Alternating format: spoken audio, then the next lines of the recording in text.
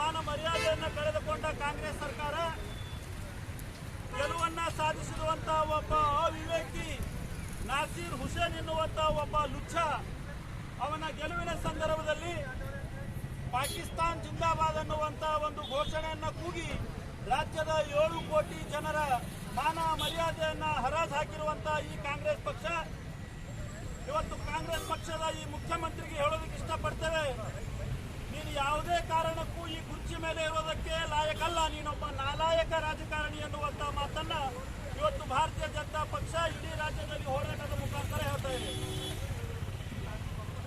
ಯಾವ ನಾಸೀರ್ ಹುಸೇನ್ ಅವನ ಮನಸ್ಸು ಅವನ ವರ್ತನೆ ಹೇಗಿದೆ ಅನ್ನುವಂಥದ್ದನ್ನ ಆ ಒಂದು ಘೋಷಣೆ ಮುಖಾಂತರ ಇವತ್ತು ಇಡೀ ದೇಶ ನೋಡ್ತಾ ಇದೆ. ನಿಮಗೆ ಪಾಕಿಸ್ತಾನದ ಮೇಲೆ ಅಷ್ಟು ಪ್ರೀತಿ ಇದ್ರೆ ಇಲ್ಲಿ ರಾಜೀನಾಮೆ ಕೊಟ್ಟು ನಿಮ್ಮ ಸರ್ಕಾರವನ್ನ ಬಿಟ್ಟು ಪಾಕಿಸ್ತಾನದಲ್ಲಿ ಹೋಗಿ ಒಂದು ಚುನಾವಣೆಯನ್ನು ಎದುರಿಸಿ ನೋಡಿ, ಅವಾಗ ಗೊತ್ತಾಗುತ್ತೆ ಪಾಕಿಸ್ತಾನ ಏನು ಅನ್ನುವಂಥದ್ದು. ಇವತ್ತು ಇಡೀ ರಾಜ್ಯದಲ್ಲಿ ಜನಾಕ್ರೋಶ, ಎಲ್ಲ ಕಡೆ ಹೋರಾಟಗಳು.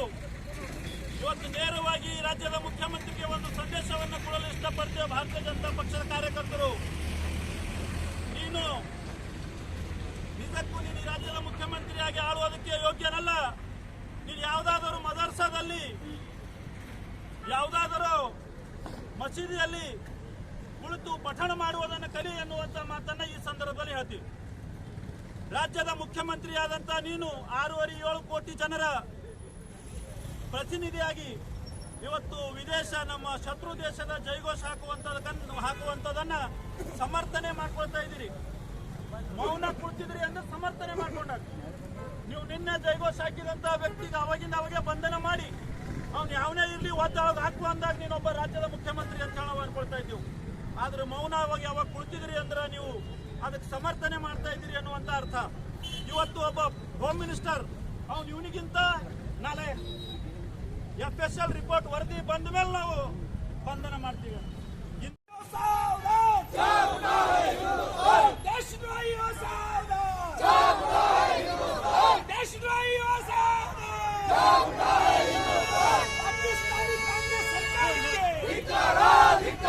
ಪಾಕಿಸ್ತಾನಿ ಕಾಂಗ್ರೆಸ್ ಸರ್ಕಾರಕ್ಕೆ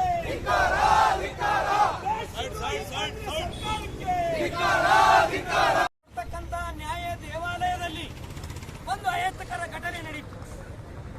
ಕಾಂಗ್ರೆಸ್ಸಿನ ನಾಸೀರ್ ಹುಸೇನ್ ಅವರ ವಿಜಯ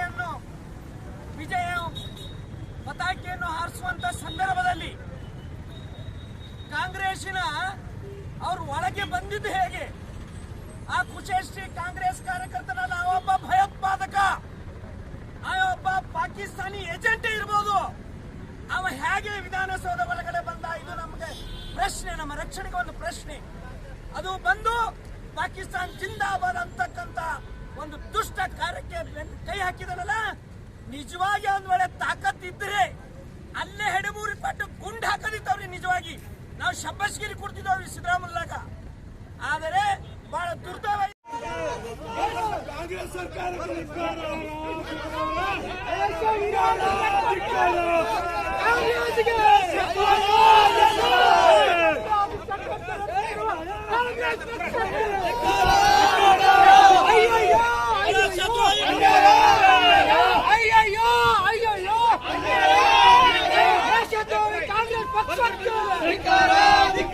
ದೇಶದ್ರೋಹಿ ಕಾಂಗ್ರೆಸ್ ಪಕ್ಷಕ್ಕೆ ಅಯ್ಯಯ್ಯೋ